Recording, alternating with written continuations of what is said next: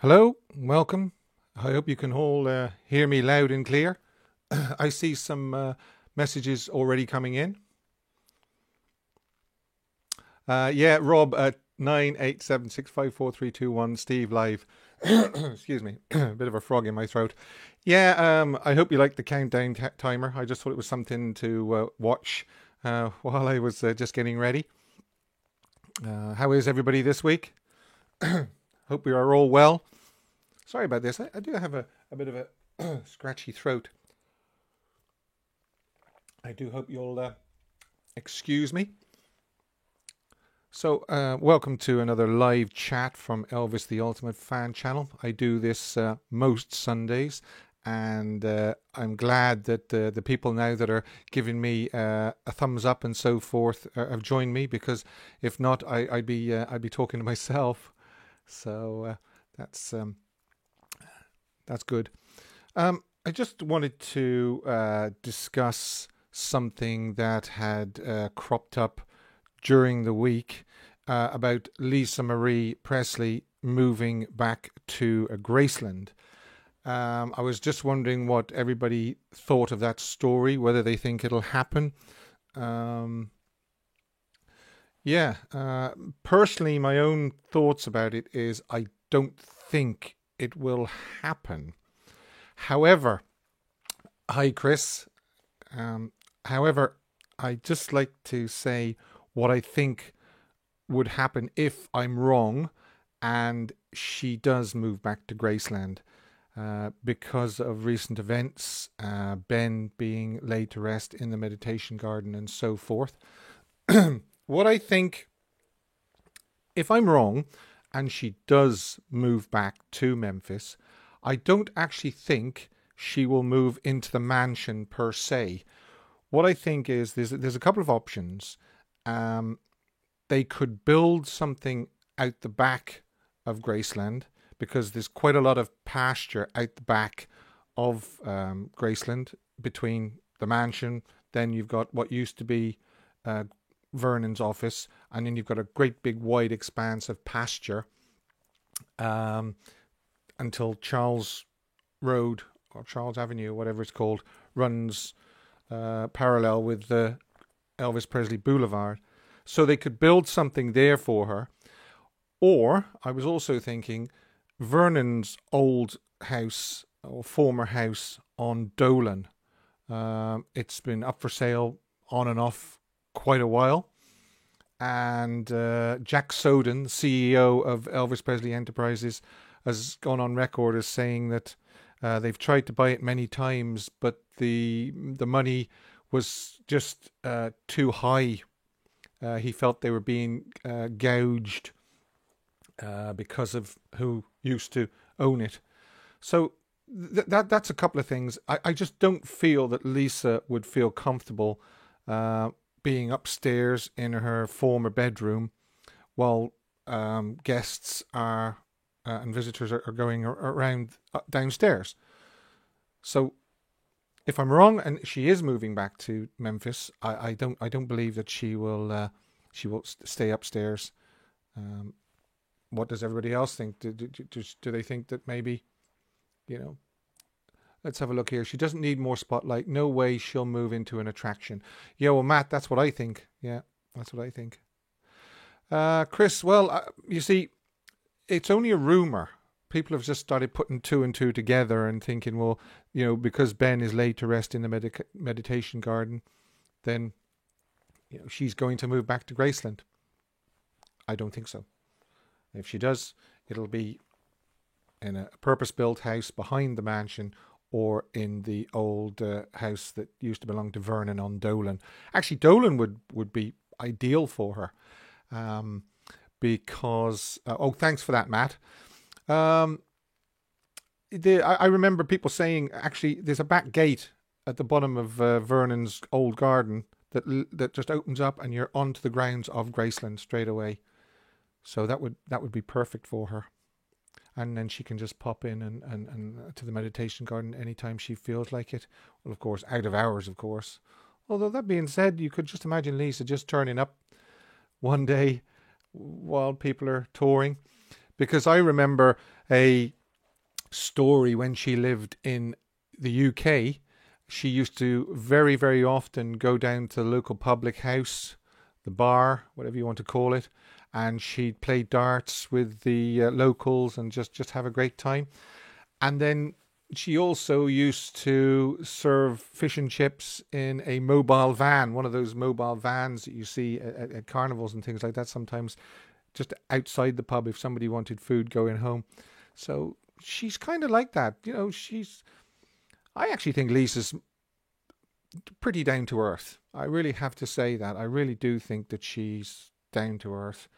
And she's not had it easy. Lisa has not had it easy in more ways than one. Even before the tragedy with Benjamin, she's not had it easy. She's Sandro, interview next week. Yes, there is an interview coming up next week. And I will just say that it's a Elvis co-star for now. Some people are saying that Vernon's old house doesn't seem very secure. True, but they could make it secure with a few, tweaks here and there. If anybody's ever tried to see Vernon's house recently on Google Street View, it's strange because it's actually blurred out. You used to be able to just walk past it on Street View and turn around and have a good look at it, but it's actually all blurred out now. So I think the current owners have asked for it to be sort of hidden from view. So I just want to do a little setting here just for a second, because this isn't. I just want to do a little setting here. And turn that off because it's just annoying me a little bit. Okay. She does still own Graceland. That's right. She owns the mansion per se. Yes. She's given up the image rights and things like that, though. Circle G Ranch property would be perfect. Do you know, Jan M? I never thought of that. That's another good one because it's only a very shortish drive. So. Yeah, as I was saying a few minutes ago, Lisa hasn't had it easy. Even prior to Benjamin, she's been living in the shadow of Elvis since she was a small girl. She's had failed marriages, things like that. She's had her own addiction problems as well. She's owned up to that. Although they haven't all been sort of her own fault. She has... I think, as far as I know, she has the same sort of digestive problems that Elvis suffered with, which is almost like a slow movement or slow transit, and the digestive system isn't just what it should be. Because I remember her saying to Oprah once that the whole Presley Smith family have digestive problems. And I think she had a problem with codeine and stuff like that, which again, opioids, they don't help with that sort of problem, unfortunately. They almost make it worse. Yeah, Vincento or Vincenzo. It's not easy losing your father at 9 years old. That's another thing, of course. Yeah, that's why she hasn't had it easy. Yeah, Daniel says with the upstairs closed off, she could move back. Yeah, but you see, the thing is, Graceland isn't as big as you might think. And, she would be able to hear the people coming in. If she looked out the window, she'd see them. They would see her. I just don't think she would actually move back to the mansion per se, but she would move very close, very close. I can't really see Priscilla moving back to Graceland, but did anybody see that Priscilla's house in LA is up for sale?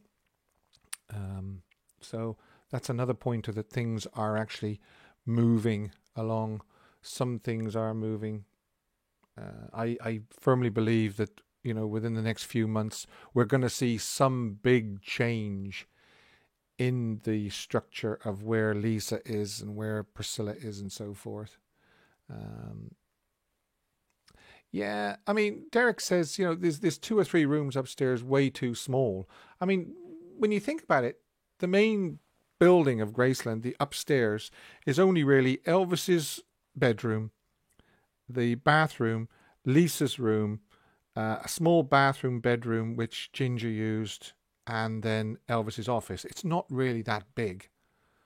Um, in 1957 when he bought it, yes, it was a mansion. It was considered very, very big. Now it's only modest. It's a modest size residence. So I'm very, very interested. Hi, Sean. I'm very, very interested to see where it goes in the next few months. I do feel that something's afoot. And, it's been confirmed more in my mind with Benjamin being laid to rest in Graceland that something is afoot. Yeah, Joseph, we actually said that she could move into Dolan Drive, Vernon's old house, but it would actually have to be done up, renovated, because I think it's in quite a poor state. The last time I heard it was, whether it's been done since, because there were meetings in there as well.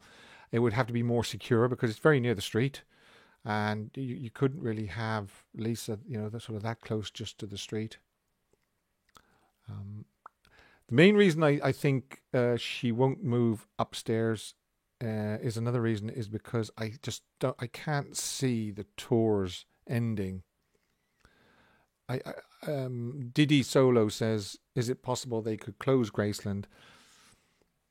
It would be business suicide to do that. 600,000 visitors per year. And I do think that it takes a lot of upkeep to keep that going. What would they do? Would they just move everything over the far side of the road? As somebody said, well, build a build a replica across the street. People don't want the replica. They want to actually go in to where Elvis used to live. Personally speaking, myself, if I had the choice of going into Graceland, the Graceland, or going to a replica, you know where I'd go. 99.9% of the Elvis fans would as well. Sandro, which year is this movie that the actress appears in? That's my up and coming guest. I'm not going to say, because it'd be very, very easy to narrow it down if I told you what year it was. I'll tell you that it's the 1960s. She co-starred with Elvis in a 1960s movie. That's as much as I'm going to say, but I'm really looking forward to it because and I'm going to try and get more of Elvis's co-stars. It's not Anne-Margaret, I'll tell you that. It's not Anne-Margaret. However, I would love to get Anne-Margaret, and I'm going to ask. And Marilyn Mason. No, it's not Marilyn, but again, I would like to speak to her, and I think I've sent her a message. I'm just waiting to hear back. Matt is interested in the demographic and number of people to visit Graceland in 2 more generations. Yeah, I know there's a lot of overseas visitors that visit. It actually costs an awful lot of money for a lot of people to visit Graceland. I mean, I remember when I went, it cost an awful lot of money, and that's going back a long time now. But it's the flights and the accommodation, and it is a lot of money. I always said that I'm jealous of anybody that's in driving distance of Graceland that can just pop over to Graceland. So. Peter, I don't know whether Memphis is a dangerous city to live in. No more dangerous than maybe a lot of other places. I mean, I think, when people say Memphis is dangerous, somebody's saying California is more dangerous than Memphis. Probably is. I remember when I went there, okay, with hindsight now, maybe it wasn't the best thing to do, but I remember walking down from the Days Inn at Graceland, a very, very short walk from Graceland. At night, I just walked there and I just stood at the gates looking up at the mansion with the lights on. And I was on my own and nobody approached me. And I was looking around to make sure that, I was aware of my surroundings and things like that. But I didn't feel threatened. But then again, that's going back over 20 years. So, do you know if anything happened before the Aloha from Hawaii show? I'm not too sure what you mean, Shoal. You'll have to be a bit more direct than that with that question. I'm not too sure what you mean by did anything happen. Yeah, it's easy to stay away from the seedy places, Matt says. Yeah, LA is worse than Memphis, that's for sure. Well, you're the second person to say that. Graceland is the second best attraction in America. It's after the White House, correct? Yeah, it's unthinkable that they would just stop the tours and allow Lisa to live upstairs, or well, she wouldn't have to live upstairs if they stopped. She'd have the run of the mansion again. Time will tell, but if anybody wants to bookmark this video, I'll go on record now as saying I don't think it's going to happen. Although I wouldn't rule out her coming back to Memphis. Yeah, Elvis never actually said he loved Memphis. He never said that it was he felt threatened or anything like that. Would Memphis be different now if Elvis was still alive? Who knows? So, hi Houston, Texas. Thank you very much. That's very kind. Very kind. Don't forget to subscribe, like, and share. I put a little thingy down here. I can't even see to remind you. So, the next thing I want to mention is we were going to discuss some Elvis books as well. Some you might be familiar with, others you might not be familiar with. I think what I'll do is I will start with this beauty here, which is knocking the microphone as well. It's Elvis, The Hidden Archives, it's called. It's, as you can see, it's a very, very thick and weighty book, and it's got some nice photographs and interesting little things like this. The actual photographs are quite good quality. That's Elvis there on a commercial liner coming back or going to, I'm not sure whether he's come back or going to Hawaii before the 1968 comeback special. There's some more there, and there he is signing autographs on the plane and so forth. Can you imagine being on an airliner and Elvis Presley wandering down the cabin and giving autographs and things like that? It's actually something else. So, like I say, the quality of the photographs are very, very good. So, excuse me, and just just beautiful, beautiful photographs. So that's, and I would recommend that Elvis Presley Archives, probably still available. You can get it on Amazon, I would imagine. I just want to see when it was actually printed. It was published in 2003. So that's the first one. I don't know whether you're actually familiar with that. Somebody says they ordered the new Christmas CD that just came out. It's the original Christmas album, but remastered with mono into true stereo. Yeah, yeah. Jacqueline C., the blonde from Kissing Cousins. Nope, it's not. It's not. I'm pretty sure a lot of you will be familiar with this one. Elvis by the Presleys. It was also a documentary as well. And it's got sort of nice things like pictures of Elvis's remote control. Okay. And sort of things like... what else? I marked it here now. Oh, yeah. The original mailbox.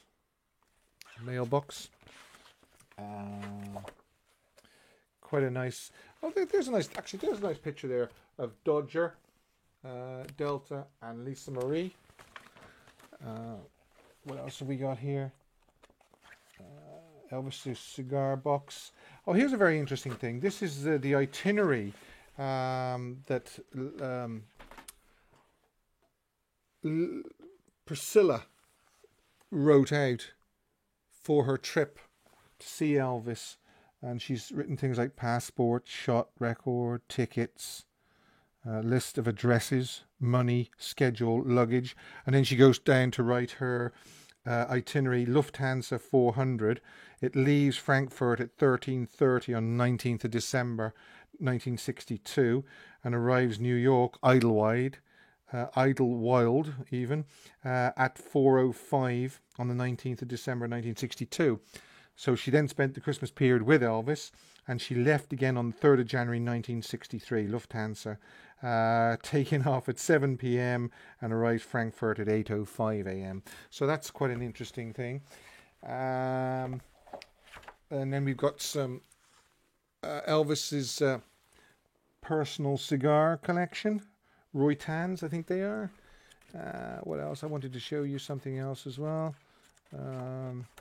Lisa Marie's baby shoes. So, again,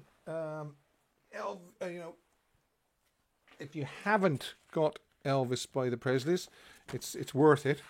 It even has a shot of Elvis's glasses on the back. So it's worth a look. This is a very special one. This is one of my favorites, actually.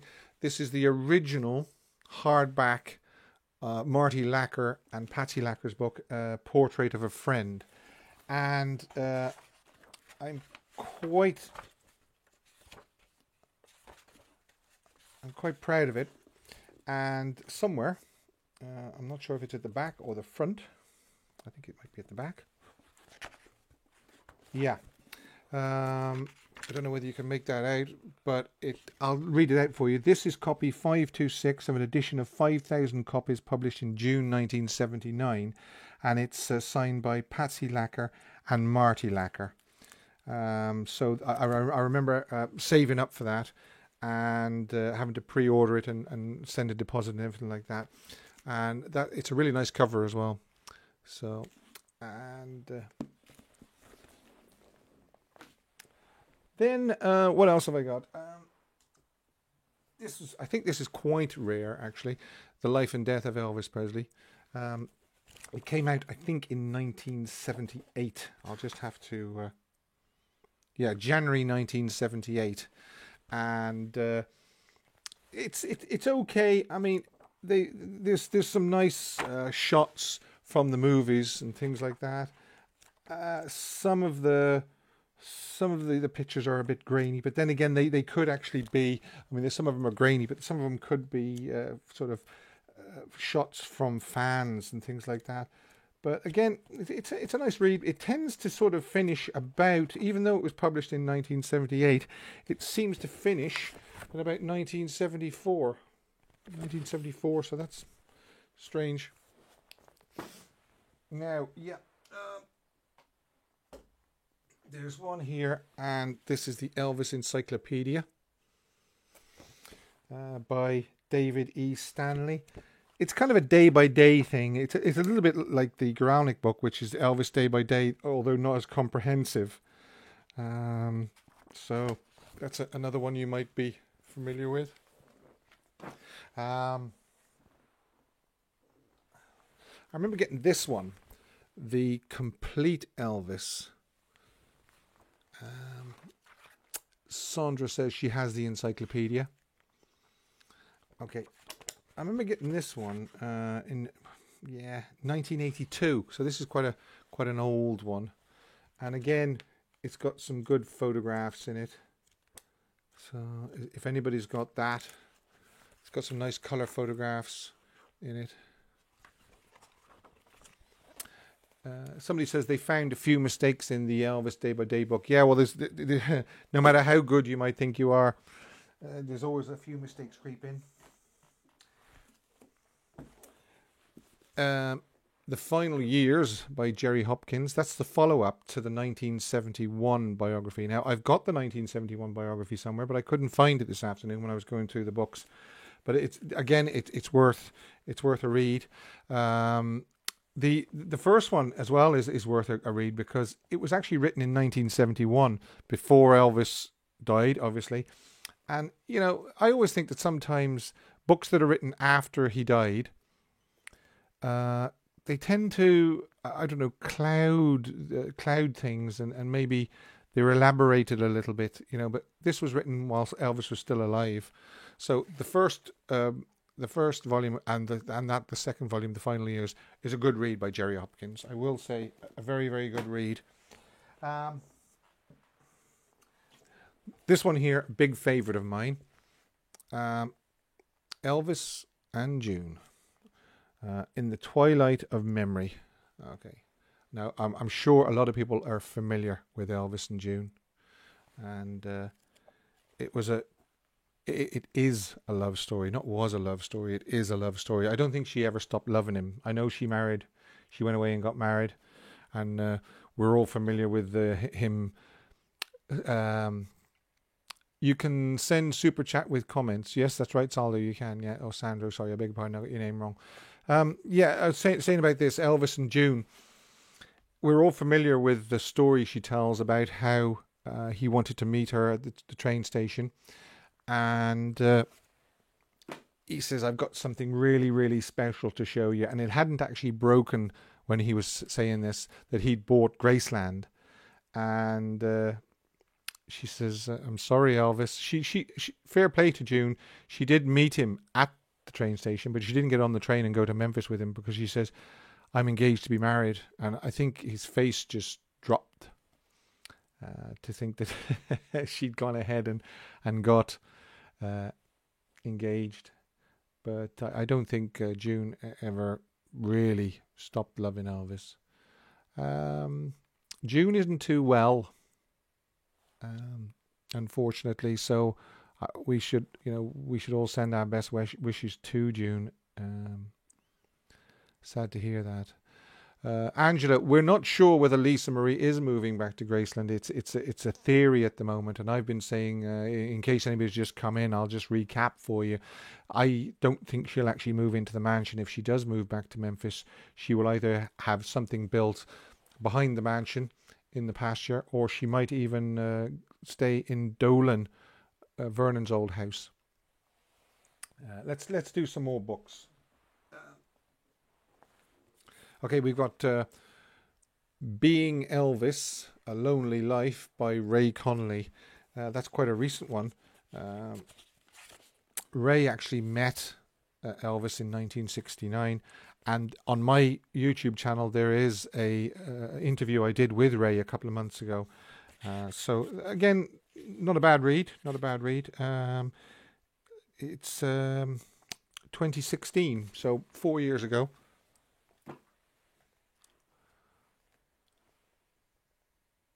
Okay, Sandro, Steve, do you have contact with Priscilla Presley? I wish, because if I had contact with Priscilla Presley, I would almost beg her to give me an interview, because I think it's important that she speaks to fans, although she doesn't really speak about herself and Elvis to fans as much as maybe she should. She gives interviews, and she gives interviews on television and so forth and things like that, but she doesn't actually just speak one-on-one to a fan. So if I had contact with Priscilla Presley, that's what I would ask her, Sandro. I would say, please come on my podcast channel and YouTube channel and speak to me. And no agenda or anything like that. Just say hi. Right. This next book is very controversial. It's the Albert Goldman book, Elvis. Okay.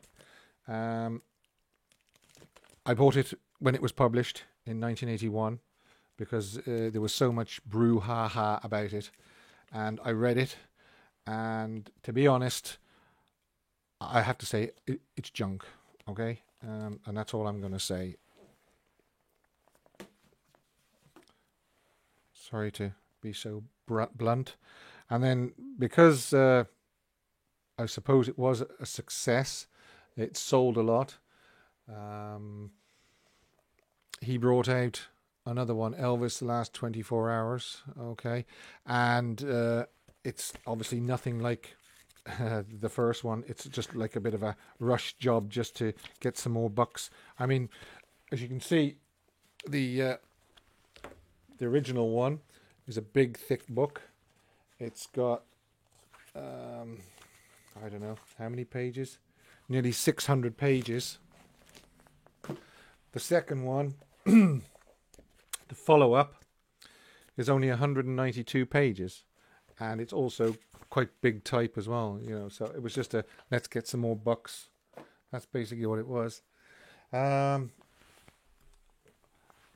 gonna do 3 books now in a row, and simply the reason why there's 3 books in a row is because they are by Alana Nash, probably one of my favorite authors, Elvis authors. I spoke to Alana on this channel a few months ago. She was a lovely lady, and it's obviously Elvis Aaron Presley, Revelations from the Memphis Mafia. Fabulous book. Then you've got The Colonel, okay, again by Alana Nash. Another fantastic book. And then she also did one, Elvis from Memphis to Hollywood, with our very own Alan Fortas. Okay, so those 3 books, if you haven't read them, get them. And not last, because I've got a couple more, is, okay, yellow pages now, brown pages, creases, stuff like that. So you can tell that this is the original book that came out on the 1st of August 1979. There's even a publisher's note that says the original publication date of this book is August the 1st, 1977, 15 days prior to the unfortunate and timely death of Elvis Presley. Elvis, what happened? So that was the original copy. And again, I felt that I had to read it just to see what all the brouhaha was about. Again, if you want to read it, if you don't.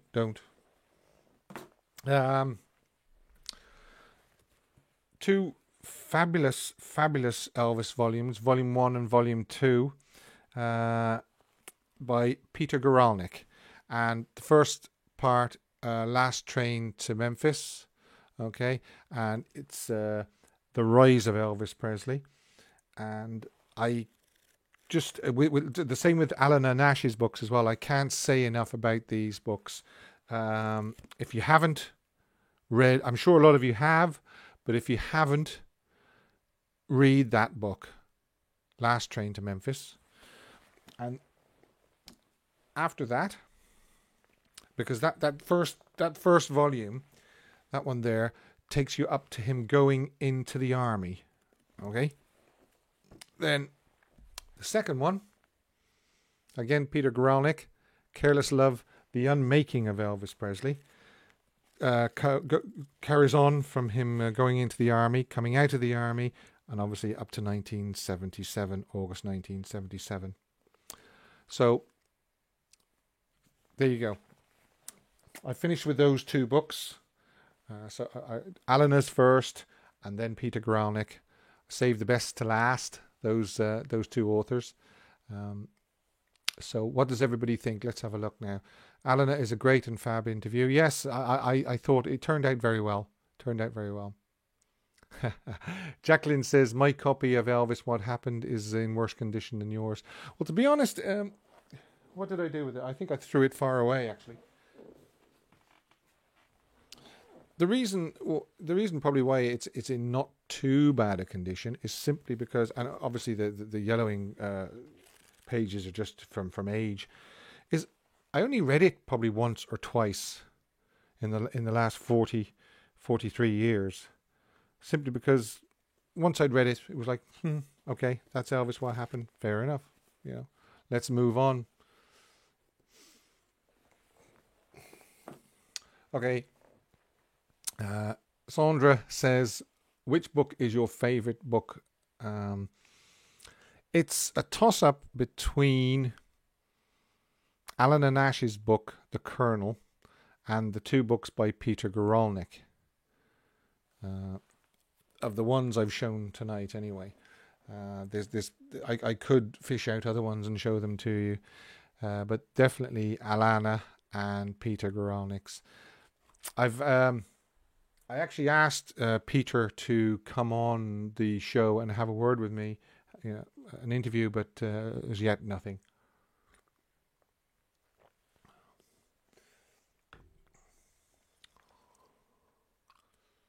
Memphis Mafia were there, but they also weren't 110% honest. Well, it's probably just as they remember it. It's quite difficult to remember everything, I think, anyway. Okay. Yeah, Larry Geller's book's okay. Yeah. Leaves of Elvis's Garden, I think it's called, isn't it?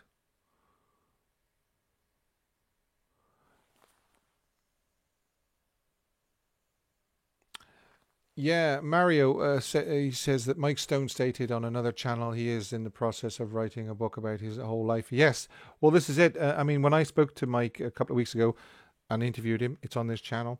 It was all about the book that he's writing, he's working on.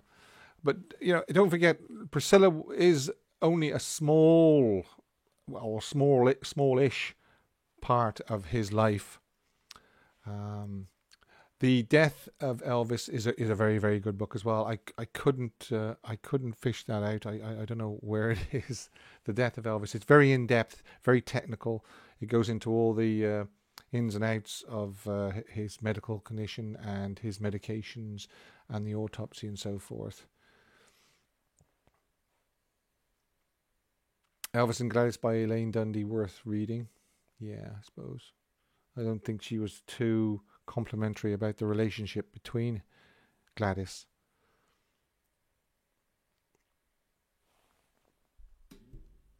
If anybody's just come in and they've missed anything we've talked about, we were talking about Lisa maybe moving back to Graceland.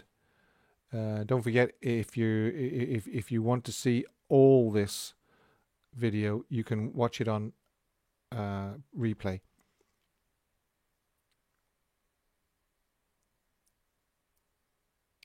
Okay, Adam Davis and Steve. Yes, you can ask a question if you wish.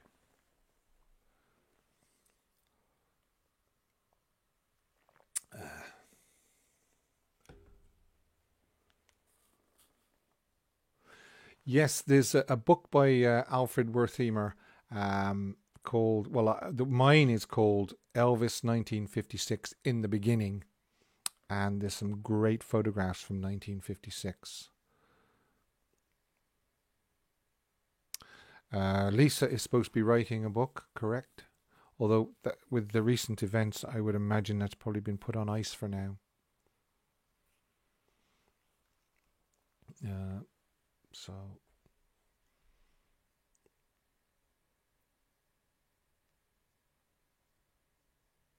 Okay, David, I asked Ginger, and unfortunately, she politely turned me down. I was thinking of asking again, although I don't know whether it's rude to ask twice if you've been turned down once. You know, I don't want to. I don't want to crowd her and keep pestering her, but she did politely say no. But I would love to speak to Ginger for the simple reason. I don't think Elvis had a nose job. I know Billy Smith said he did, but I just don't think he did. I know he had plastic surgery in 1975. Yeah, George Klein wrote a book.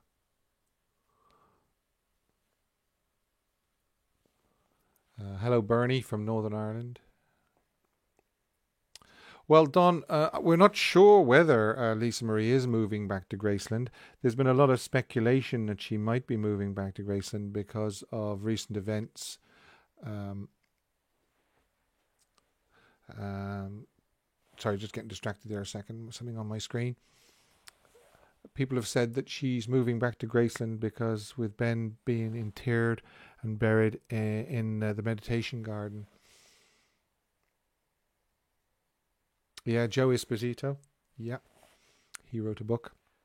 This, it's easier to say who didn't write a book about Elvis than who did, because I mean, you know, even Mary Jenkins, his cook, did, you know, and his chauffeur, and people like that.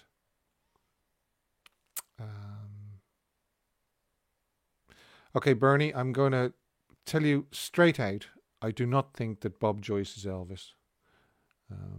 I've said on various channels and various live streams, Elvis Presley died on August the 16th, 1977.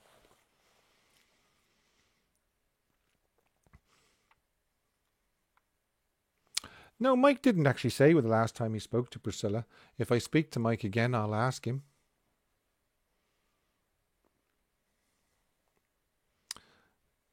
Charlie Hodge wrote a book, Me and Elvis, I believe. David wants to know about Elvis changing his will. I don't think he actually changed it. He made a few caveats or so forth. Is that the word? Or codicils or something like that in March 1977. Just before they flew away to Hawaii for the holiday. Now, this is a very important point, I think. And the important point is some people say, why didn't he leave Ginger anything in the will? Now, we know that Ginger was one of the witnesses. Charlie Hodge wasn't one of the witnesses. You can't witness a will. You can't sign a will as a witness and also profit from it. So, obviously, Ginger knew she wasn't getting anything in the will if Elvis was to pass away, and same with Charlie Hodge. So I don't know why people are saying that they're surprised that Ginger didn't get anything, because Ginger would have known that she wasn't going to get anything.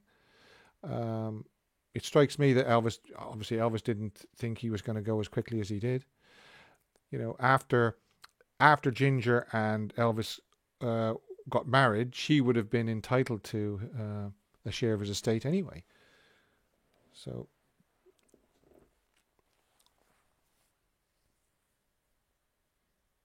okay, well, Jacqueline's saying that Elvis had his nose slimmed down. You can see the difference from very early photographs. So, when did he have the work done? A lot of people say it was 1956.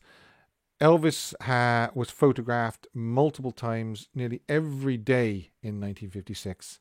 He was that, it was the year when everything took off for him. I have yet to see photographs of Elvis with any bruising or blackness under the eyes or anything like that, unless it was very, very minor surgery. So that's why I think. I don't know. I mean, listen, Billy Smith. Why would Billy Smith say he had something done to his nose if he didn't? It's just I don't know when it was done. When he had the time to do it, he was so busy all of 1956.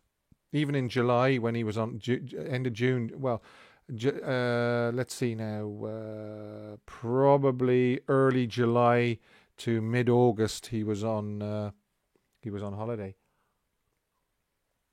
and that's when he was with June, and so forth. So I don't think, you know, I don't think he would have had it done in July, August. Yeah. Okay. There's somebody there from Portuguese. I think they're probably asking me to translate it to Portuguese. If I can do that at a later date, I will.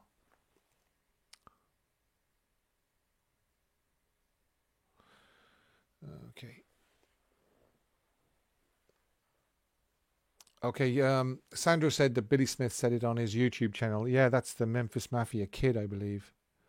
I mean, like I say, I'm going to hold my hand up and say, if that's what Billy said, fine. I'm not 100% sure when it was done and who it was done by, because 1956 was such a busy year for Elvis. When would he have had a chance to have surgery?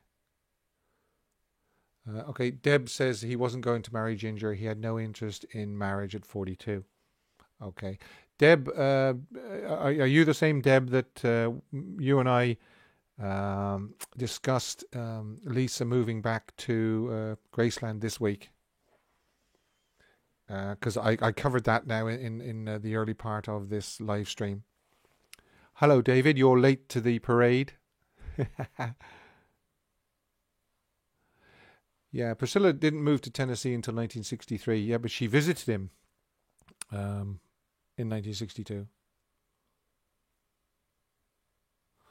And I'm not sure what point is being made there.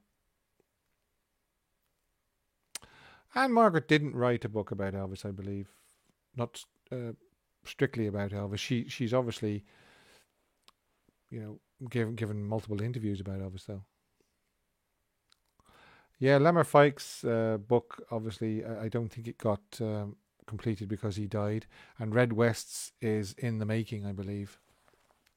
Of course, Lamar had a lot to do with the Albert Goldman book. Let's not forget that.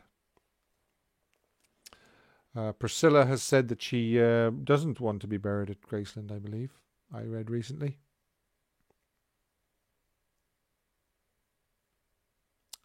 Fernando says he thinks that Elvis's nostrils are wider than they are in the 1960s. Okay. Anne Margaret is a classy lady. Yes, she is. Did anybody? Somebody told me about a video that every time Bob Joyce was asked, "Are you Elvis?" he just kept hiding his face. He wouldn't be filmed. But I mean, I don't know why he'd do that, because there's plenty of videos on YouTube of Bob doing sermons and singing and things like that. So that's another odd thing. It's almost like he was trying to perpetuate the myth that he is Elvis. Larry Geller says he planned to have a huge marriage ceremony to Ginger. Yeah, Chris, that's right. I mean, he did say it on the Memphis Mafia Kid. Again, I'll say it one more time. I'm not saying that Elvis didn't have something done to his nose. I'm just trying to figure out when. Odd.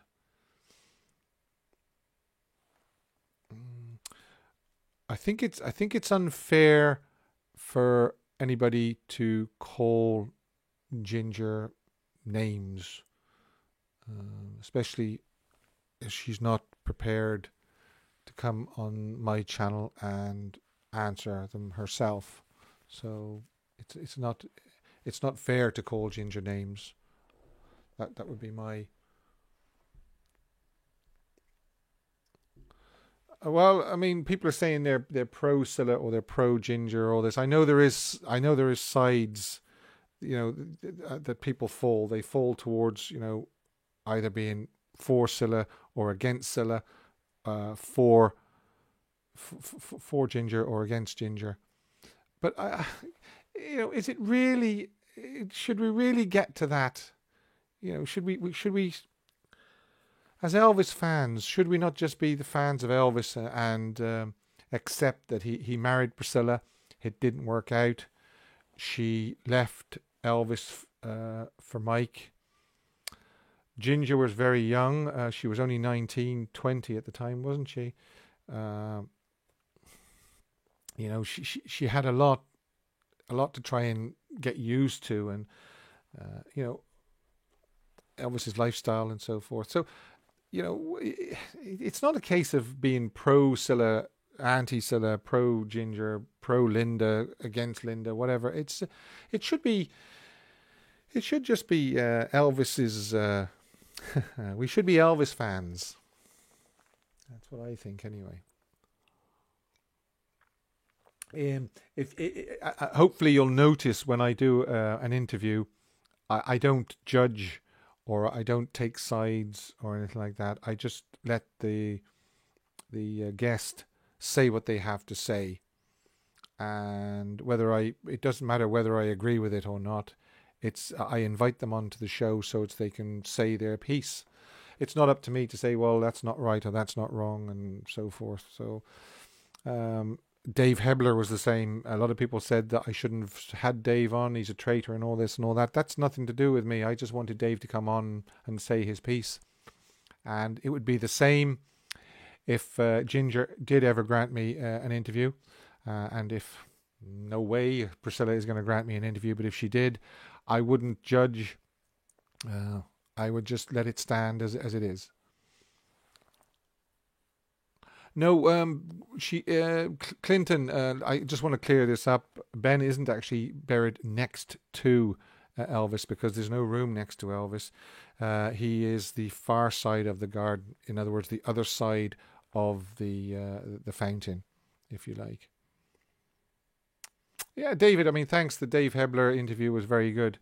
But, it is what it is. There's people who think that, he's a traitor and he shouldn't have done what he did. And then other people just say, well, he was trying to help. Whatever. That's the way it is. So I'm going to just take that off again, I think, because that's annoying me, if you don't mind.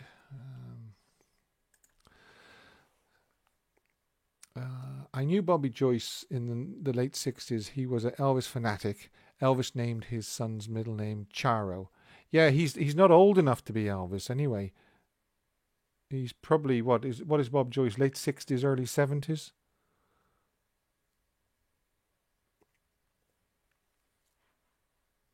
Yeah, David, that's a problem I have. A lot of people that are close to Elvis are dying off, and I've got to try and squeeze as many people in as I can and get it all right.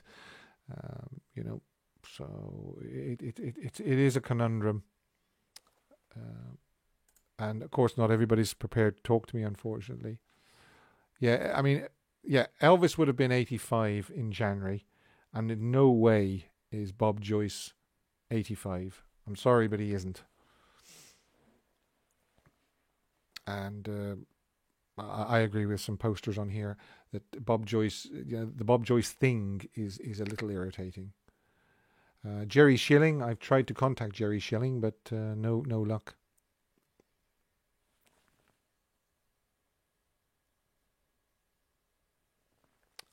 So I'm not too sure what you mean by Michael Jackson has a better noise. I think you mean better nose, I think, not better noise.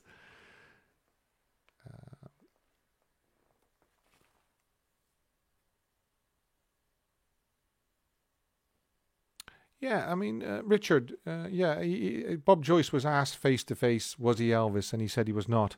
But, no matter what he says, Deborah Paget, yes, I'd love to speak to Deborah Paget. That's a great idea. I'll put that on my list.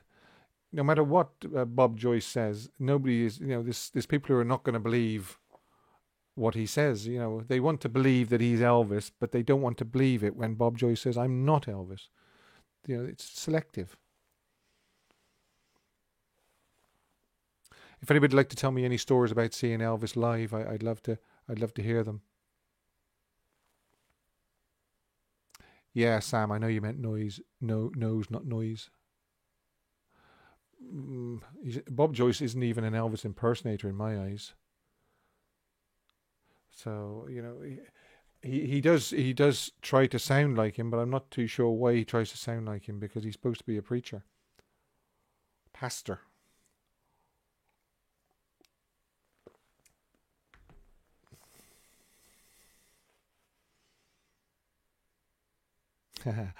Mark is asking me who my mystery guest is. Well, it's not so much a mystery guest. I just don't want to spoil it. She's an Elvis co-star from the 1960s. Sherry, I saw him in 1970 in San Diego. Yeah, brilliant. Yeah, San Diego. He looked great. Annette Day interview. Yeah, that's another good one. She was in double trouble, wasn't she? Greg, yeah, I mentioned earlier that Priscilla's house is for sale, but you're saying she's actually sold it. Hmm.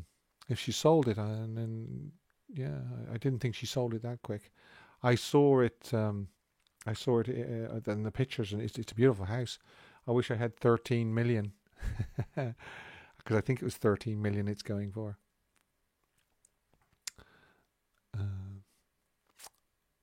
Cynthia Pepper, that's my guess. Nancy Shank. Cynthia was in Kissing Cousins, wasn't she? What live concert would you like to see if you could, Steve? What do you mean, Elvis one? Um, yeah, I know what you mean. Which one would I like to have been at? I would love to have been at the Madison Square Garden one. I don't think Anne Margaret would speak to me. I don't think she would. It's worth a try. How would I get hold of Anne Margaret anyway? Because people like Anne Margaret and Priscilla and things like that, even if they're on Facebook, they don't really interact directly. As far as I know, it's their PAs and their media people that do it. Don't know why somebody else thinks that Lisa would move to Nashville. How long does it take to get from Nashville to Memphis on the plane? It must be a very short flight, I would imagine. Barbara Eden played with Elvis. Yes, she did. Yeah, it's not Barbara Eden though. Anybody else seen Elvis live? Is there anybody watching that saw him at Madison Square Garden? Because that would have been uh, a really, really good one to see. Somebody says 3 hour drive time from Nashville to Memphis. Or she would probably fly, I would imagine. I don't know why everybody is moving to Nashville, David. Yeah, it's not far. So, but even if she does decide that she's going to move to Memphis, does anybody really think that she would live upstairs while there is tours going on, and the tours won't be stopped? I don't think. It's a business. I mean, well, they have that guest house to fill, and it would be very, very difficult if they closed Graceland to keep it filled. Yeah, well, this is it. Somebody's saying Anne Margaret isn't on Facebook, but even if she was, it would be very, very difficult to get to her directly. So, does anybody know where I can find Anne Margaret? Has anybody got Anne's email address, and ask her to email me? Yeah, well, that's a very good point. You see, with Benjamin being buried in Memphis, it's something that she's going to have to consider.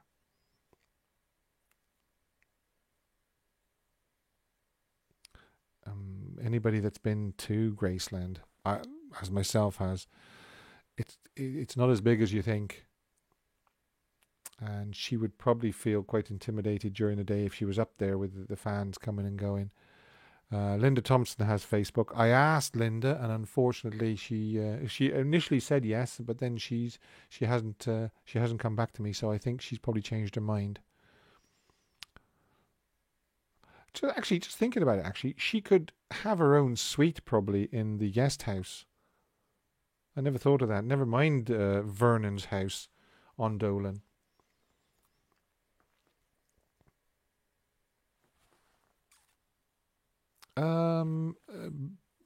Greta is asking when was Benjamin moved to Graceland. It was a couple of weeks ago, I believe, wasn't it? About 2 weeks ago. Yeah. And then I agree with you. My heart goes out to Lisa. It must be a terrible time for her. Terrible time. At the moment, I would imagine what she's doing is she's probably visiting his grave on the meditation garden camera, because it's very, very, very visible on the meditation garden camera. Greg is saying that the house on Dolan is in very bad shape. Yeah, well, of course, if they did buy it, they would have to make quite a few changes. They'd have to up the security at the front, and they would, they'd have to renovate it. Lisa's gospel duet with Elvis's old recordings, Where No One Stands Alone. Yes, she did that. Is right. Tracy, and for anybody that don't know, there is a camera, 24-hour camera, that's on the meditation garden.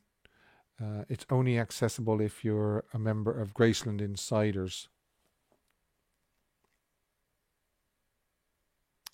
And yeah, they've tried. EPE has tried to buy the Dolan House a number of times, I believe, but the CEO of EPE, Jack Soden, has said that the price was just it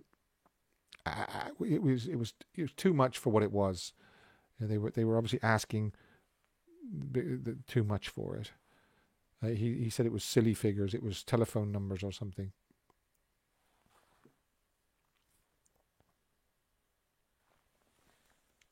But I never thought of the guest house. She could actually stay at the guest house. Is there? I personally haven't been in the Graceland guest house, but is there bigger suites? Is there just smaller rooms, and then is there like family rooms, and then is there like suites? And if there is, then she would stay in the suite. Greta, yes, I have been to Graceland, and it was phenomenal. It was, it will stay with me forever. Elvis Austin, I have been in Vernon's house 3 times. Was it recently, Elvis Austin? And if so, what sort of state was it in? Are you going as Elvis Presley this Halloween? No, I don't dress up during Halloween, I must admit. No, I'm not interviewing Shelley Faberez, but I'm hoping to maybe contact her and ask her. Yeah, so it's Joseph is saying there is VIP rooms in the guest house, so she could actually stay in one of the VIP rooms.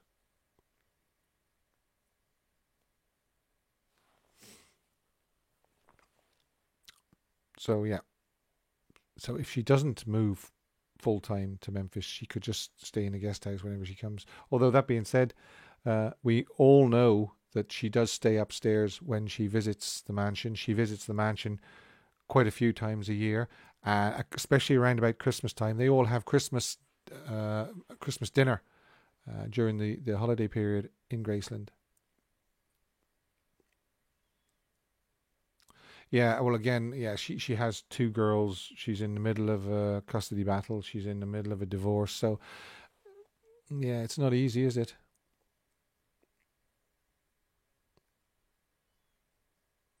Yeah, when I went to Graceland, there wasn't the huge complex they have now. There were things over there. The planes were there, and the restaurants and things like that, and so forth. But this was like 20 odd years ago, before it got really sort of like it is now. Yeah, Google Earth is a good way to see Graceland. You can actually go inside Graceland now with the street view, and you can go up and down the drive and things like that. But there's a thing now. on the in the complex across the road from Graceland, I believe, where you can actually drive a golf cart through the gates and up and around the house, which is kind of good. It's like a virtual reality thing. I don't know whether you put a virtual reality headset on or you just look in front of the screen. I'm not too sure. Yeah, I do have Dee's book somewhere. Um, Elvis, We Love You Tender, and the follow up as well. But it wouldn't be one of my favorite books. So I only sort of got a selection out of them today.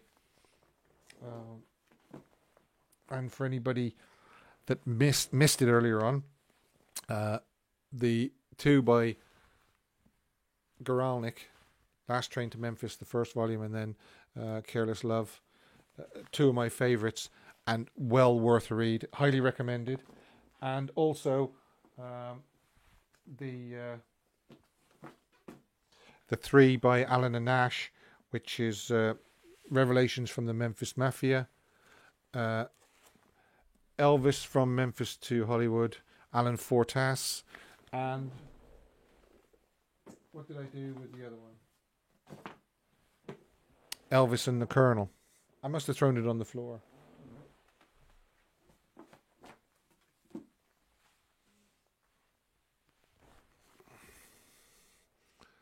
By Alan and Nash. So the three by Alana and the two by Peter Guralnick, definitely. You should be able to order Careless Love on Amazon. In fact, just about all those books I've shown you should be available either as new or used. I'd be very, very surprised if you can't find them all.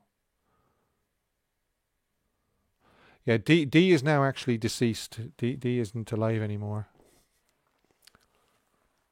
She originally wanted to go out with Elvis, and Elvis wasn't interested and sent Vernon.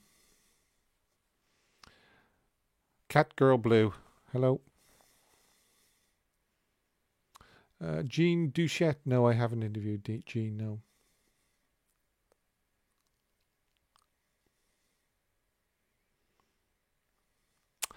Yeah, well, Clinton, that's fully covered in the book about the Colonel. We all know now with hindsight, it first sort of became known that he was an illegal immigrant when the book came out by Albert Goldman. How did you feel in the meditation garden? I was very upset in the meditation garden. Very upset when I first arrived there. Yeah, there's people saying they want to go back to Graceland, but I know there is. I know that there's reduced visiting at the Graceland at the moment.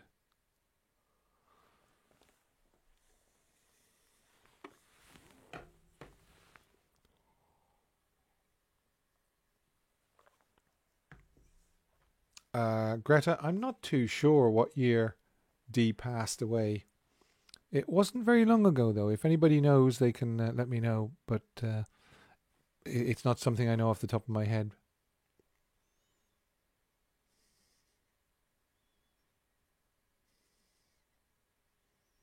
Jeffrey says that he doesn't see her staying. No, probably not. If she doesn't, she'll visit a lot more often, though.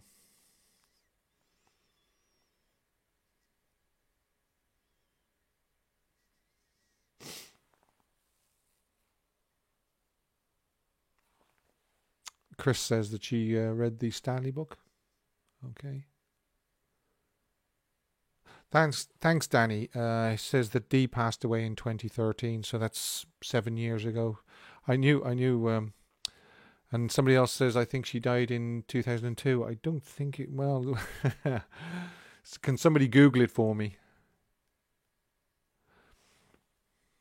Well, Dee wasn't very flattering towards Elvis, but there's other people that haven't been too flattering to him either.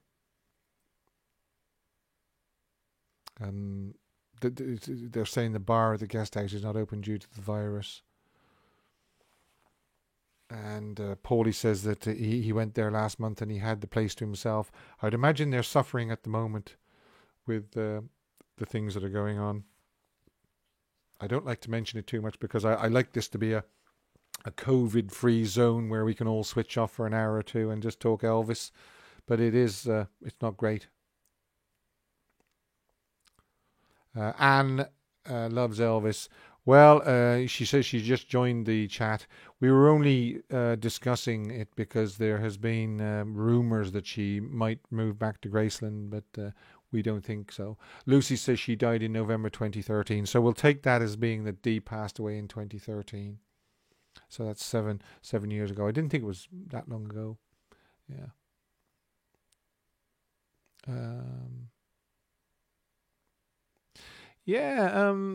I would say when you visit Memphis, there's certain places when you go there that you can sense Elvis's, or his presence. And thanks very much for liking and subscribing to my channel, Aisha. You can sense Elvis at Graceland, and you can nearly sense him at Sun Studios as well. To stand on the little X that they've got on the floor is something I'll never forget. To think that that's where it all began. Phenomenal place. Imagine Dee thinking Elvis would want to date her. Yeah, she was quite a bit older than him, wasn't she? So I don't know. Strange. She was probably just extending the hand of friendship to a fellow American. Unless somebody would like to correct me on that.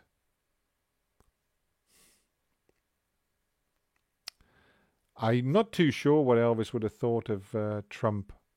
He probably wouldn't have said publicly, because we all know he likes to keep, Elvis used to like to keep those sort of opinions to himself. When he was asked questions, political questions and things like that, he was always kind of very, I'm just an entertainer and I'd rather not say. That's what he says in 1972.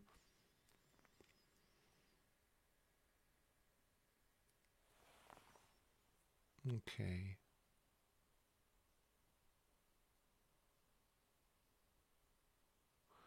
Yeah, there is a lot of nonsense going around about Elvis being alive and so forth, but I don't buy into it. Elvis didn't go to Vernon and Dee's wedding.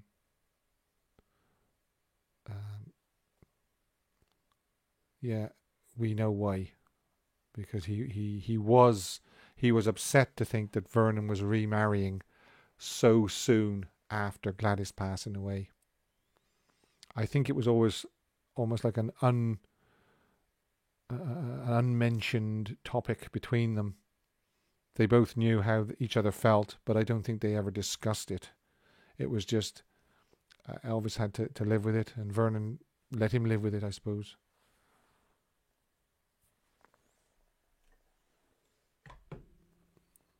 It was July the 3rd, 1960 when they got married. Elvis would have been busy making movies anyway, wouldn't he? He maybe used that as an excuse why he didn't go. But we know the real reason is because he wasn't that keen on Dee, unfortunately.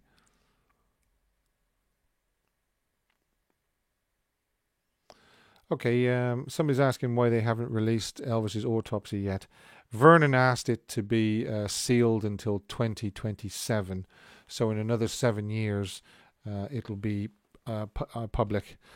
I don't think there's anything in there we don't already know. I think it'll be a huge anticlimax for anybody that does think there's going to be something in there we don't already know. So, people are probably thinking the reason why Vernon sealed it it's just for privacy reasons, really. There's nothing in there that he's not hiding something. That's what I think. I don't think he's hiding anything. I think it's just a case of why make something public so personal until after I've gone, because obviously he knew he wouldn't be alive in 2027.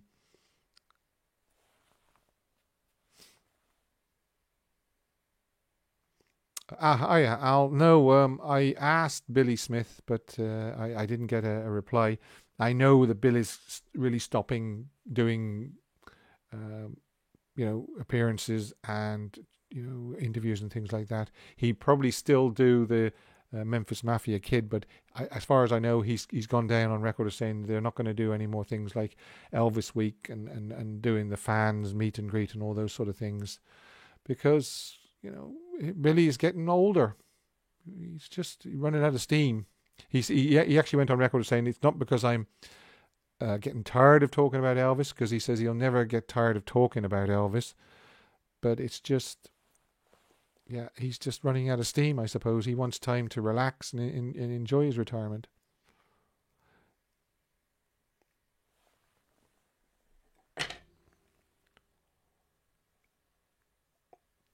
I don't know whether you get tired of seeing this mug every week, but I am going to probably get another one.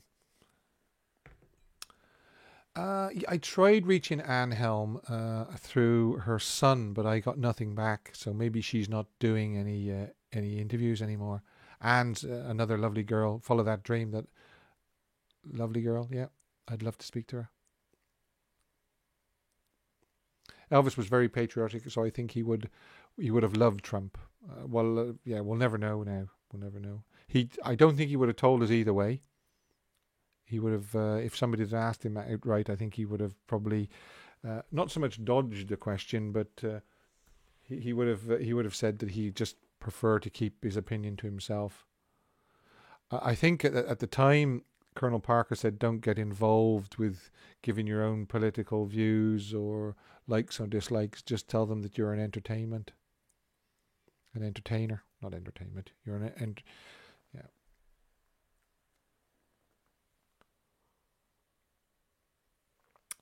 Vicky, James Burton is another person I've asked, and again, no reply.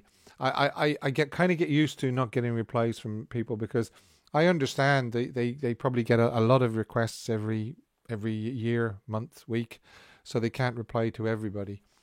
But all these people are on my list, and I do ask them politely, would they like to come on? I mean, don't get me wrong, I have got people lined up, and it's just getting them all in line and singing off the same hymn sheet. In other words, when you contact somebody for an interview, especially with me being in Ireland and a lot of them being in America, you have to get the time zones correct. You have to get a day that suits them. And all this, and then you also have to just agree on what you're going to say and what you're not going to say, because to be fair, there's certain things which you don't want to ask people involved with Elvis, and they're quite entitled not to answer all my questions. So yeah, I've got a few lined up. um, there's a couple of new books about Elvis in the pipeline. I'm not at liberty to give any information about them at the moment, but I'm going to interview the writers and authors, and one of the authors is well known in the Elvis world, so that's something that is lined up.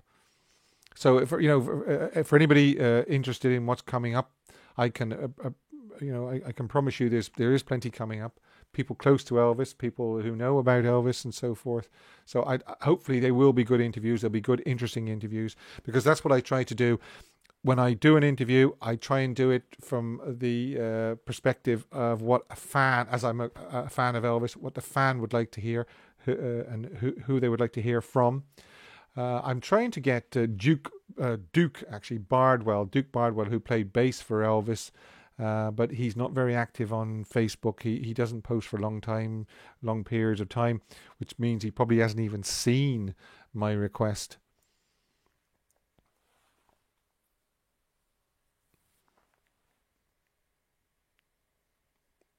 Nancy Rooks is alive. Is she still alive? She must be quite old, though, if she is. Um, yeah, well, we probably don't need to discuss too much more about Elvis's political choices if he was still alive. This is a a discussion about Elvis, his career and life and so forth. Ronnie Tutt would be a good interview. Yeah, I agree. Yeah, if I could get Ronnie Tutt. I think Ronnie Tutt has a fan page on Facebook. I might try that. Did Elvis have a web tie? Don't know what you mean by web tie. You mean website? Well, there wasn't really such things as websites when Elvis was alive. Yeah, so sad that most of the Jordanaires have passed away. Although Ray Walker's still alive, and Ray unfortunately says he's not doing any interviews at the moment. Now, whether that still leaves an opening for me to have a chat with him sometime, I certainly would love to speak to Ray. I would imagine that Ronnie Tutt is a bit of a sweetheart, yes. Most of the TCB guys are in their 80s now. Yeah, I mean Ronnie Tutt and Glenn D. Harden, all those boys are in their 80s. Yeah. Tony Prince. Wow, I was only reading about Tony Prince the other day because I was reading about Radio Luxembourg. I know Tony Prince is still around. Yeah, Larry Strickland. Yeah, there's so many people who I could do if I could just either get hold of them or agree. Yeah, Larry Strickland is still alive. Yeah, Larry London, the sub for Ronnie. Yeah. Yeah, Larry London, he played drums on the very, very last Elvis concert in 1977. Greg, I asked Steve and no answer, unfortunately. Steve is another one that I would just love to speak to. Pablo, no, I haven't really planned any more recording sessions yet. And I'll tell you the reason why is because I want to try and get as many interviews done with live people before I do any more recording session videos, podcasts. But I will. There's plenty more to come. But I have to prioritize the interviews at the moment for obvious reasons. So I don't think Steve Binder is 89. I would imagine he's in his 80s, but he wouldn't be 89, surely, would he? Was he older than Elvis? Was he 4 years older than Elvis? Wow. Still going strong, anyway.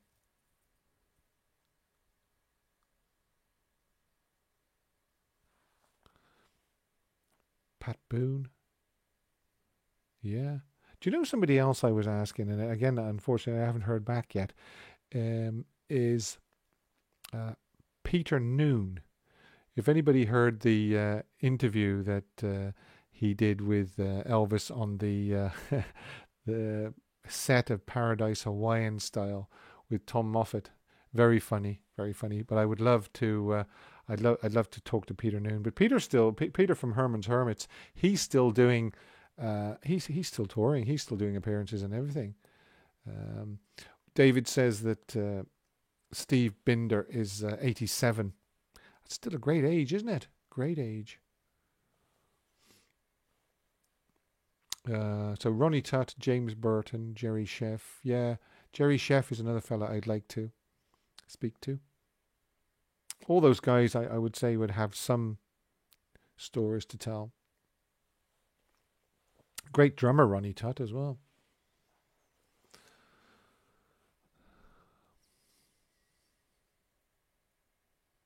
Glenn Harden, yeah.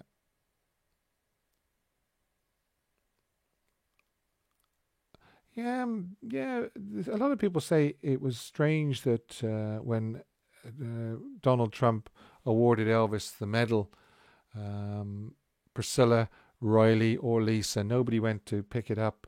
They sent.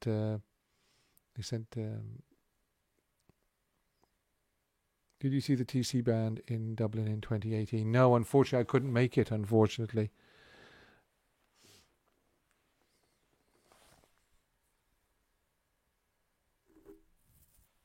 Norbert Putnam is alive. Yeah, another one I'd like to get to speak to. Norbert Putnam. Sorry, I just got sidetracked there. Actually, yeah. When Donald Trump gave Elvis the medal. Jack Soden went to pick it up.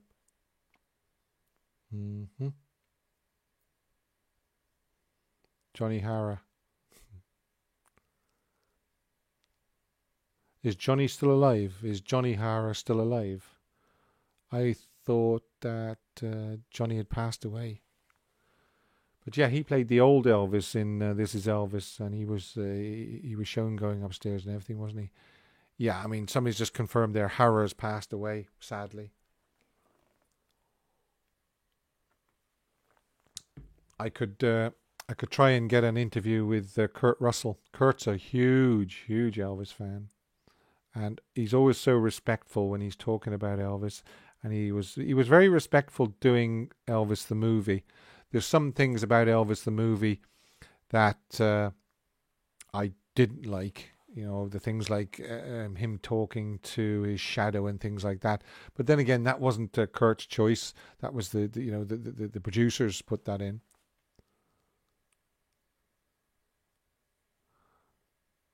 Yeah, I wonder what the name of the actress was that played Ginger Alden in This Is Elvis. Just think she actually got to lie in Elvis's bed.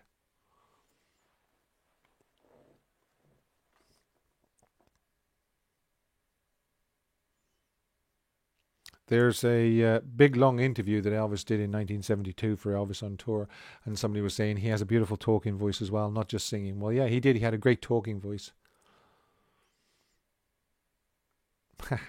Don't know whether Bruce Springsteen would speak to me. All these people are very, very hard to contact directly, and you're relying on whoever you contact. You're relying on them to pass the information on to the artist. Kurt Russell would be a good interview and a great laugh. Yeah, he is good. He seems very down to earth, Kurt, actually. Yeah, Steve Binder is only slightly younger than what Elvis would have been if he's 87. No, sorry, wait a second. He'd be older, slightly older. 3 years older, yeah. Born in 1932. We should be thankful to Steve Binder for what he accomplished with the 1968 comeback special, and how him and Elvis stood firm on what Parker wanted. Parker just wanted 15 or 16 Christmas songs, and then Elvis saying, good night. Yeah, that's a good bit of trivia. The actual jumpsuit that Kurt wore at the end for Las Vegas, the Las Vegas comeback, was the actual jumpsuit that Elvis wore in 1972. Vernon loaned it to Kurt to wear. The only trouble is, as we know, Elvis came back in 1969, so he wouldn't have been wearing that sort of jumpsuit. He'd be wearing the black or the white karate style gear. The 68 comeback special was actually on television a couple of weeks ago. I recorded it just to have it on the disc. Saved me getting the CDs, the DVDs out every so often. Yeah, Parker did stop Steve Binder seeing Elvis after the show in 1968. I think Steve tried to get into the dressing room after one of the shows in 1969, and he was turned away. I'm not too sure that Kurt actually looked like Elvis. The speaking voice was quite good, I thought. The singing voice was Ronnie McDowell. It wasn't Kurt singing.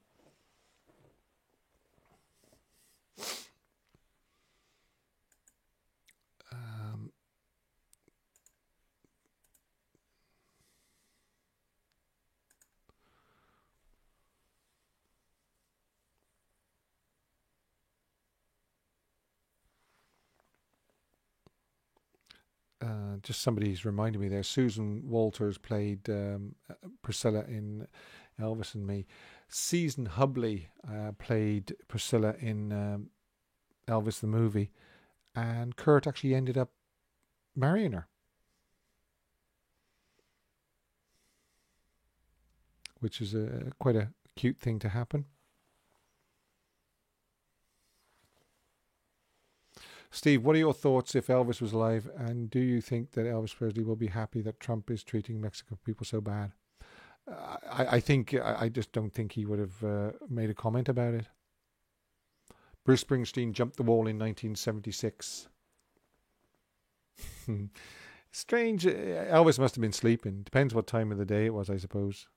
But if Elvis was at home, he probably didn't. He probably didn't even hear about it until after he woke up. There's another story about Jerry Lee Lewis turning up as well and demanding to see Elvis. And I think Jerry Lee was under the weather, and I think he was carrying a firearm as well. I think Elvis watched it all on CCTV. But Elvis wasn't going to go out there if Jerry Lee was in one of his moods.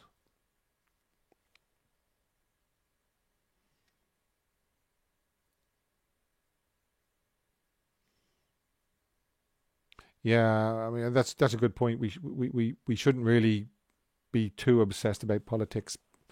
But with it's just it's an Elvis channel, so I don't really think I don't think we should spend too much time talking about politics.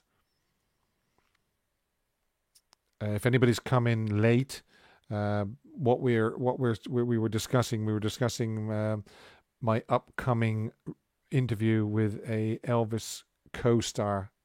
Worked with him on a film, but I'm not going to tell you who it is because it'll spoil it. But all will be revealed next week anyway.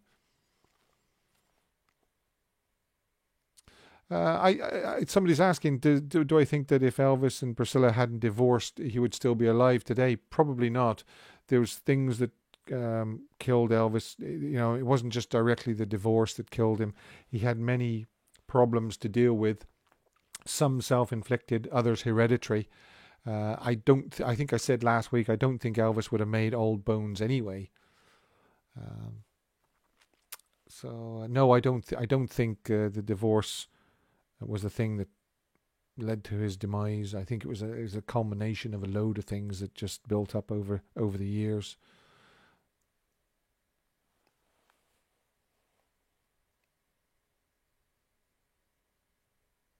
Yeah, Larry Strickland has out a new album. Does he really? That's a very interesting point. I might try and get hold of Larry and see what he has to say.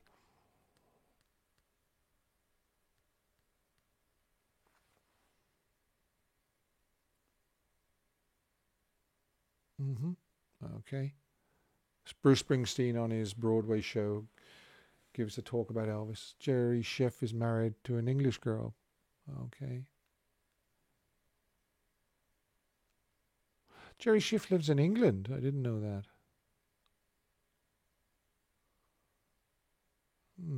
I take it that's what you mean by Newcastle. Newcastle in England.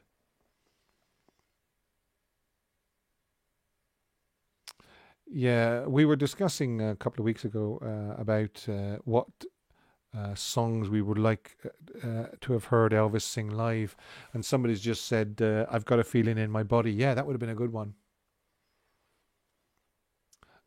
Yeah, Funny in Acapulco isn't a bad film. It's not one of the worst.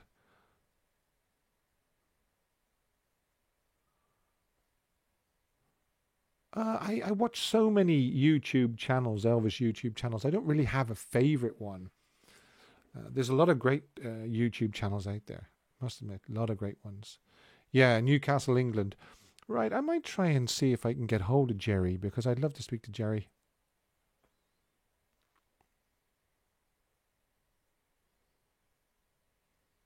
Yeah, I got a feeling in my body. What else? What other songs would we have liked Elvis to have sung live that he didn't sing live? Marcia says she's old. She saw the 1968 comeback special when it was on TV. Yeah, and what did you think? It must have been awesome to see him after seeing all those movies. Mm. Just trying to think what I would. I would like to have heard Elvis sing "Always on My Mind" live. That would have been a nice thing to have heard him sing. He could have played piano on that as well, couldn't he?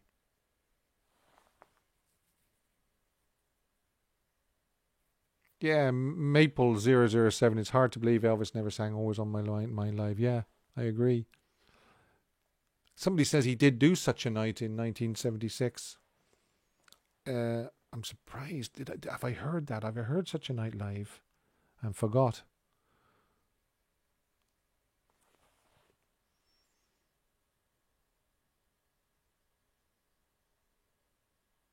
I don't know that Ursula Andress and Elsa is in my live stream. Separate Ways would have been good live. Yeah, I don't think he would have sung Separate Ways live because another song he was trying to record in 1973 and couldn't get through it was We Had It All by Dobie Gray. He felt it was just too close to his own personal situation at the time. If anybody wants to hear that, just look it up on any music channel or any YouTube channel. Dobie Gray, We Had It All, and it does almost sound like he could have been singing about him and Priscilla. I'm not saying he was singing about Priscilla, him and Priscilla, but he could have been. That's right. Yeah, he did try to kind of mix up the songs and put new ones in, and they just didn't react very well to it. So he went back to the normal set list. He did Such a Night in rehearsals for That's the Way It Is. Reconsider Baby would have been brilliant. I wonder who would have got to play the saxophone, because Boots Randolph's saxophone solo in that is just absolutely beautiful. Fabulous. Fabulous. I'm on my second glass of water here, guys.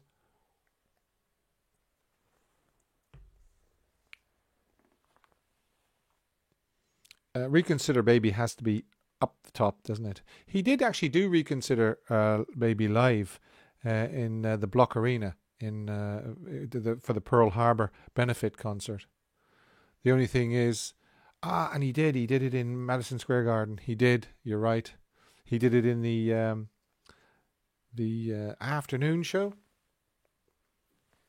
or did he do it in the evening show and it was cut out? I think he might have done it in the evening show and it was cut out. Long Black Limousine, yeah, all those songs really. Stranger in My Hometown. He did a rehearsal of that, but it wouldn't be good for broadcast because there was quite a few expletives in it. Has anybody seen that YouTube video of them during a break in rehearsals for That's the Way It Is, and they're having lunch, and it just says Elvis eating, and it's a great. He's cool even eating. Elvis eating a sandwich and eating chips and things like that is just cool. Even only Elvis could look cool doing things like that.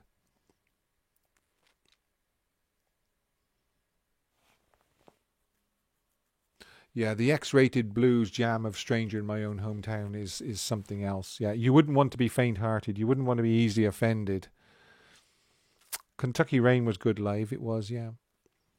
What else? What else could he have done? He could have done some of the '60s stuff live, like Night Rider, and he did Crying in the Chapel, but it was just a audience recording.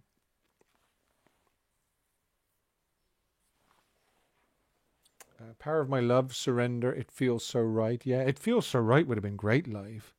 Yeah, Make Me Know It. That was the first thing he recorded when he got back from the army. The very, very first thing he put down on tape was Make Me Know It. That was a nice upbeat, up-tempo song. Hello, Patricia.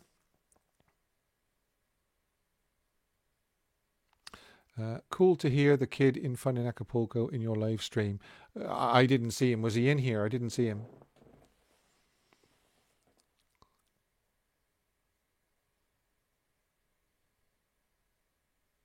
Steamroller Blues is a great song. He didn't do much. He did in '73 and '74, but yeah. Mesa Blues, yeah, that would have been a good one. Viva Las Vegas, that would have been very, very hard, I think, to perform live. A lot of words, very fast. Yeah.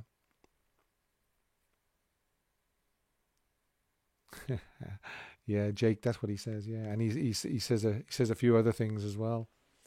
Hard Luck is a great bluesy song. It's probably the best song from Frankie and Johnny. Uh, Only the Strong Survive is a good one. Yeah. Priscilla said Elvis didn't want people taking pics of him eating. Well, I don't think anybody likes people taking photographs when they're eating, of all things. But I think they were just running the camera while he was on a lunch break. But he didn't look uncomfortable. Like I say, if anybody wants to look it up, it's there on YouTube. Elvis eating.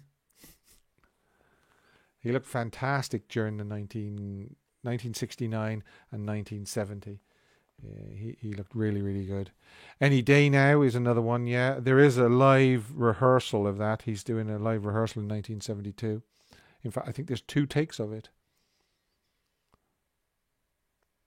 Trouble. Yeah, he says there's a lot of words in it, and if we miss it, we can't go back and get it. So he was actually promoting it quite a lot in 1975 after they recorded it, because it was going to be the new single, I believe.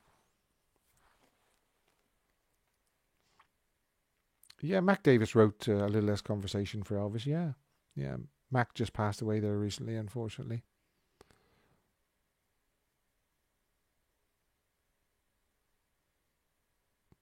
Surrender Live. Yeah, Surrender would have been a good one, because the way he tackled Hurt, the big finish on Hurt, he could have done the big finish on Surrender as well live, but he never tackled it.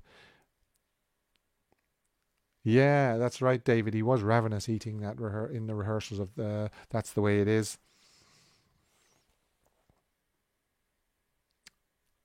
Yeah, there's so many. I mean, let's face it. Probably when Elvis sang the songs that Elvis sang live was, only sort of like probably maybe 30 or 40, and yet what did he record? Did he record over 700 songs?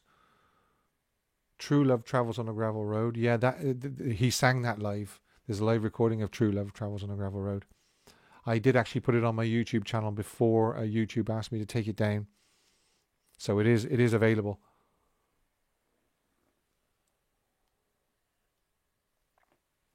Yeah, he sang one line of If I Can Dream and then just abandoned it.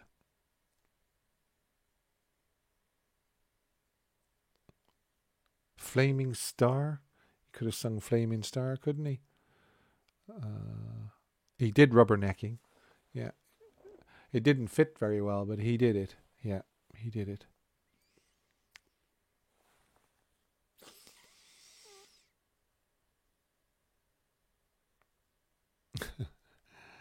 Yeah, that's right. Okay, so something blue would have been a lovely, lovely song to sing as well live. John Wilkinson is another one I'd like to I'd like to speak to. These boys are so busy because even when they're not doing the TCB band and things like that, I'm sure they're busy in the studio and things like that. So it's kind of hard. Treat Me Nice, yeah, that would have been a good one live. Young and Beautiful, there is when he was doing the recording session and rehearsals for Elvis on tour, he sang Young and Beautiful, and if you get a chance to listen to that, it's a beautiful rendition. Big Boss Man, yeah, Bossa Nova Baby would have been good, yeah.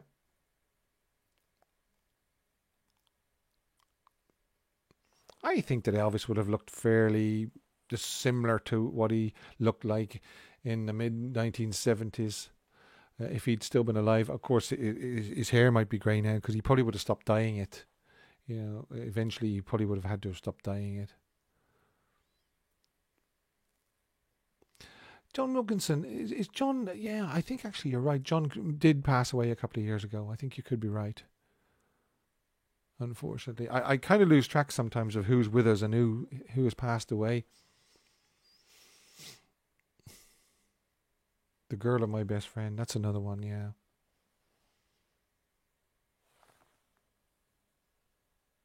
Tomorrow is a Long Time. That would have been a good one to do. Guitar Man. Yeah. Yeah, I suppose. Well, he did Guitar Man in the 1968 comeback special, but did he do it live in concert? Probably not. Not that we know of, anyway.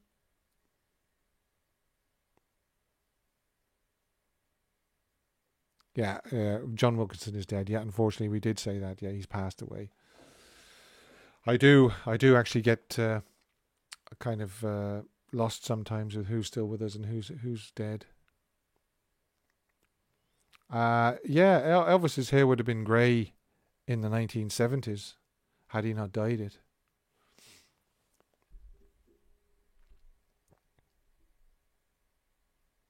Opinions on the Aloha rehearsal show. There was some good parts in the rehearsal show, but for me, the actual broadcast one was the better of the two, I think.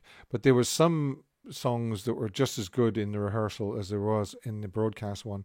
I mean, Steamroller Blues was just as good in both concerts. Um, so, yeah, I don't mind Neil Diamond. I think Neil Diamond's okay. I can take Neil Diamond in small doses. Yeah. Yeah, somebody else, Karen, you're saying there that you don't think that Lisa Marie could get any Peace Living at Graceland. It would be very hard to get Peace Living at Graceland if they still had the tours. Although it would probably increase the tours if people knew that she was living there, hoping that they could actually maybe get to see her or meet her.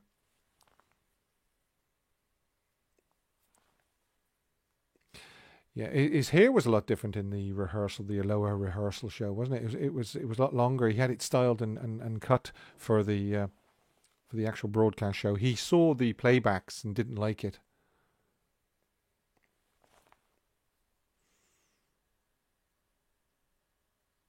Vernon went grey quite prematurely as well, and Elvis followed him in a lot of things. So I'm sure he would have followed him in the hair department as well.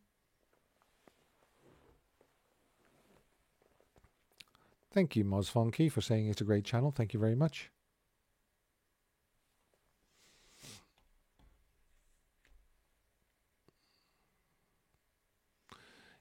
Yeah, there was a few songs he kind of left out in the Aloha show. He wanted to introduce a few new ones that he hadn't sung or sung very often. You know, I'm So Lonesome I Could Cry and Steamroller Blues and Welcome to My World and My Way and things like that, you know.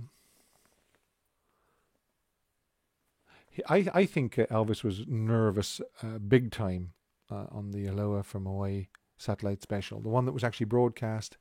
Although he did seem nervous in the rehearsal as well.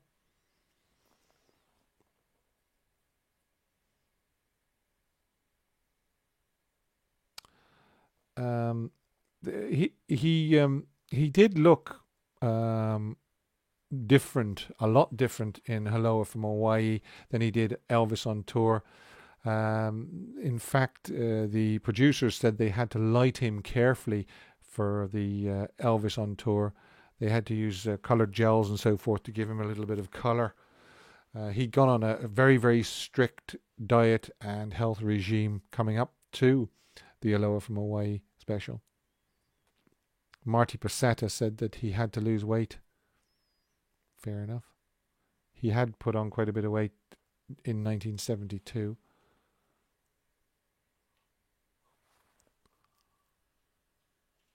Thank you, Kimber, for subscribing. Very kind.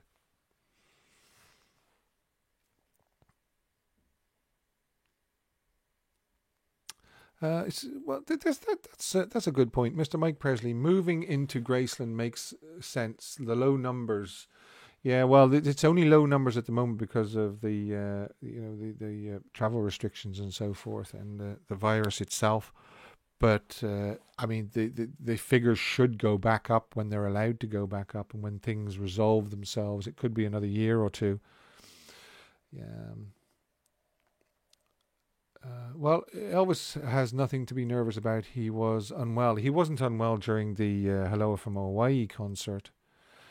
He was unwell from sort of like 1975, 76 onwards. Jake, we don't know for sure whether she is or isn't moving into Graceland. It's more of a discussion. Do people think that she will be moving into Graceland now that Ben is buried there, or will she just go to the house on Dolan? Will they buy the house on Dolan and do it up? And maybe because she can walk from the back of Dolan into Graceland without having to go on the road.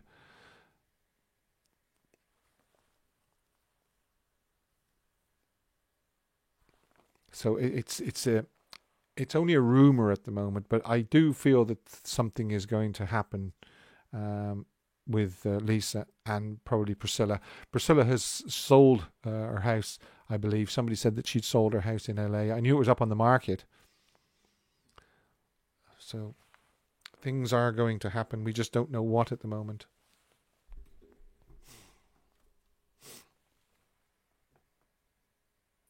Yeah, I mean, a lot of people are saying they don't think she'll be moving into Graceland. Probably not, but then again, she could just move very, very close. Yeah, Anne loves Elvis says about the Dolan house. It is possible. Somebody was saying here it's not in it's in disrepair, but I mean they could easily renovate it. I would be more worried about the actual security side of things. It's very, very, very close to the road. The back isn't accessible because it's the backs onto Graceland, but the front would have to be there would have to be some sort of security put in place if Lisa does move into Dolan.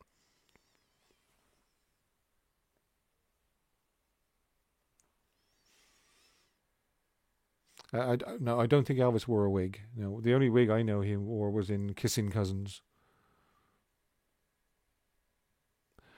Lisa does spend time at Graceland quite a few times a year, I believe.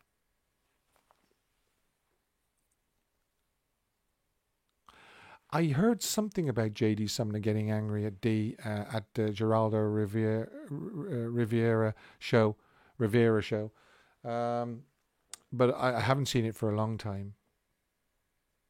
I would imagine that it must have been quite a provocative thing she did because JD would seem quite a calm sort of fella.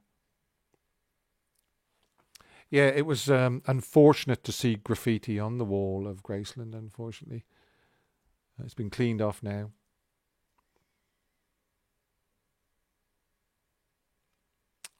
Yeah, you see, this is what I keep coming back to. Lisa obviously wants to be able to visit Ben's grave on quite a regular basis, as anybody would. So something has to change, and I do believe quite soon it will happen. My friends used to own Dolan. I stayed there. That's very interesting. Very interesting. I've seen pictures of the inside of it. It's quite it's in disrepair now, though. I think Lisa and Marie and Priscilla own property in Nashville, do they? Right. Okay. Well, Nashville isn't that far away from Memphis.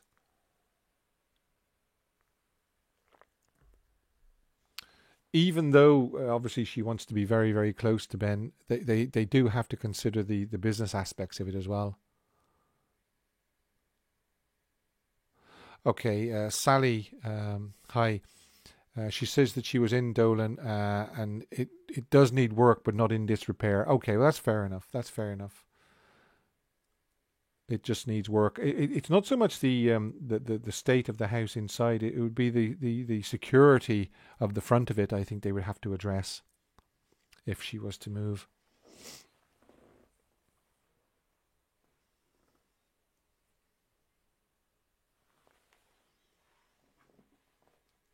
Okay, yeah.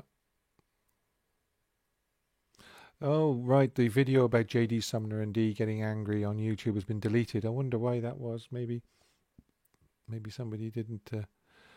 Maybe it was copyright or something like that. I don't know.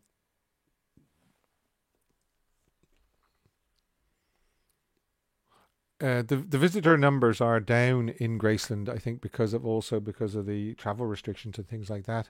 Because there's a lot of overseas visitors, and at the moment, it's very difficult to travel overseas because of just people don't want to because of the virus and things like that. So that's probably the reason why visitors' numbers are down. That's right, David. He did. He wore a blonde wig in Kissing Cousins. Yeah, and by all accounts, he didn't like it. He hated it because he was a kind of a sandy blonde.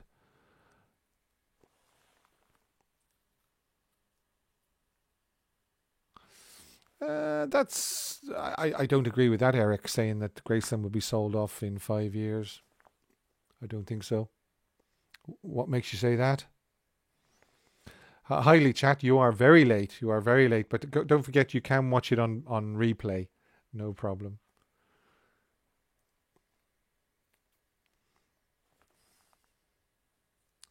Yeah, somebody else agrees with me saying that if she was on the property, tourism would go way up. I would imagine that the EPE are making plenty of money at the moment. They're a successful business. I'll put it that way. I didn't mean to say they're making plenty of money, but it's a lucrative business. Elvis Presley is a successful brand. So yeah.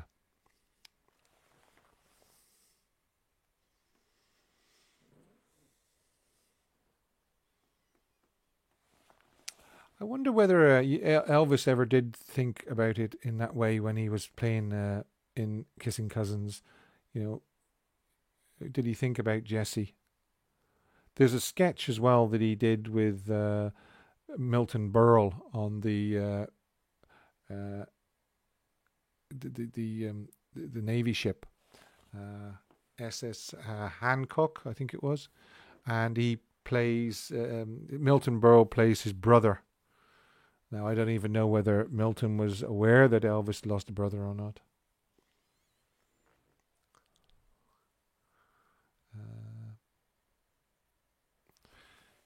Yeah, people are saying they can't fly because they can't wear a mask and things like that. Well, that's another thing. I mean, tourism is down all over the world, so it would lead. It would only make sense to say that the visiting figures are down. Yeah, the USS Hancock. Yeah, but he says Ocean Coke. If anybody gets a chance to see that sketch, it's very good. Yeah, Milton Berle just loved Elvis. He really did. And I really think that Elvis liked Milton as well. Uncle Milty.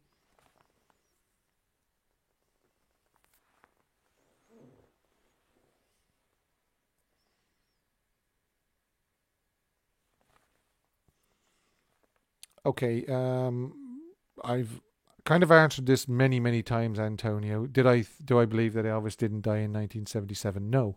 Elvis died on August 16th, 1977. And anybody that ever asks me that, that's what they'll get. That's the answer they'll get. Graceland does have 24/7 security, but there's only so much security can do. There was a Jeep that I think rammed the gates and drove all the way up to the front of the mansion a couple of years ago.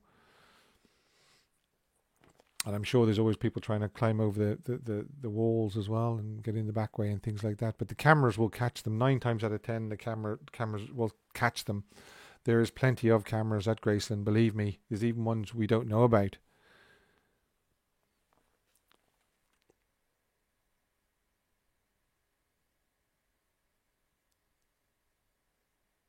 Yeah, James, yes, 4 p.m. is a good time to go to Graceland because it does quieten off quite a bit then. I notice when I'm looking on the live stream that sort of by about 3 or 4 p.m. it does get a lot quieter. That's the time to go.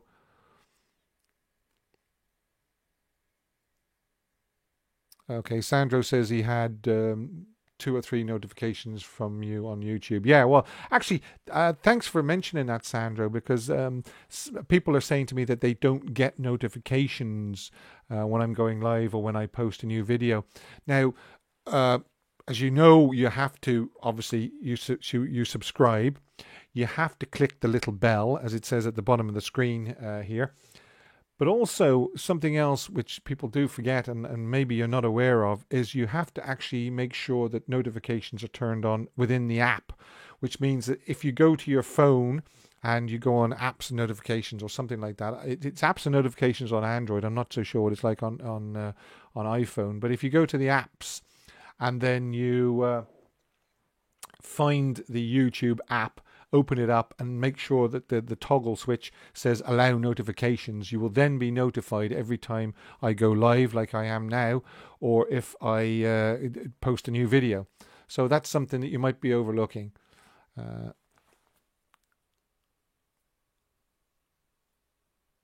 Okay, Eric, you ever going to answer my question and do a sit down with the three major film footage collectors or Soden, read the Colonel's film Sell Off? Yeah, I would do that. I'm not too sure what the point of that would be. If you can let me know. I mean, I'm willing to talk to anybody, anytime. Anybody that's got anything to say about Elvis, I will. It's just that not everybody is prepared or could be bothered to speak to me, and I understand that. I mean, I'm only a very, very small channel. I'm nobody big. I'm not NBC or CBS or anything like that, you know. Well, somebody says Graceland will never be sold. It will make guest houses and Elvis museums useless. Yeah, but I know what you mean, and I firmly believe it won't either because it is a successful business.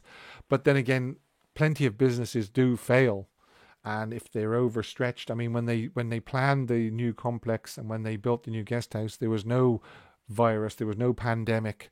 This is something that's completely and utterly sideswiped everybody in the world. So.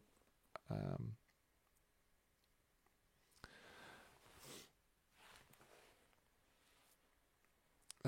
let's see now. Yeah, it would be good for Lisa to maybe move back to Memphis. I agree. Although I just don't think it would be very good for her to move into the Graceland Mansion again. She would, I think personally, her health, her physical health and maybe her mental health as well, would it would be beneficial for her to be where she grew up.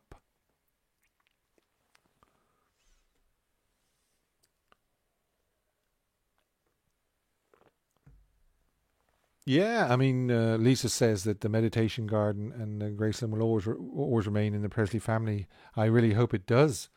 And she's even sort of alluded to the fact that she could well end up being buried there because there's a space next to Minnie May, and she kind of alludes to it, doesn't she, in her song Lights Out.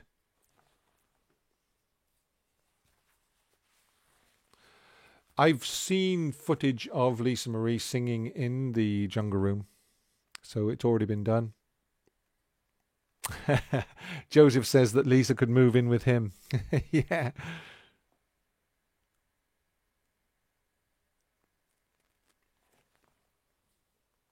Well, I don't know whether she'd actually, if it was a money thing that there was a problem with Lisa money, she wouldn't maybe sell Graceland off, but she could remortgage it or something like that. Don't forget, Elvis had to remortgage Graceland at one time during his life. So there's always ways to sort of avoid actually having to sell something like that if money gets tight. There would be banks that would offer her that facility, I'm sure.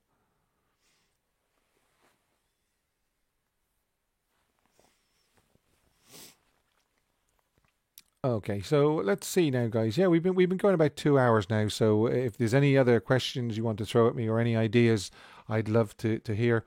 Uh,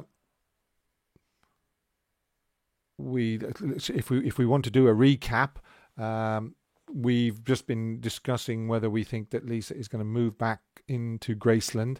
And my opinion, I stated at the start of this video, is I don't think she will actually move into Graceland. What is your favorite jumpsuit Elvis wore? I like the peacock jumpsuit, I must admit. I always thought the peacock jumpsuit was nice. So as I said, I don't think she'll actually move into Graceland per se. She could use the house that Vernon used to own on Dolan. They'd have to do something at the front though for security, or they could build something out the back for her so she wouldn't actually be in the house when the visitors and doing the tours. And then she could easily visit the meditation garden out of hours. And then we were also looking at well-known and not so well-known books as well. And I showed quite a few of those on screen. So if anybody's coming in late and they want to catch up, they can always watch this video again on replay. So guys, we have come to the end of another Sunday live broadcast.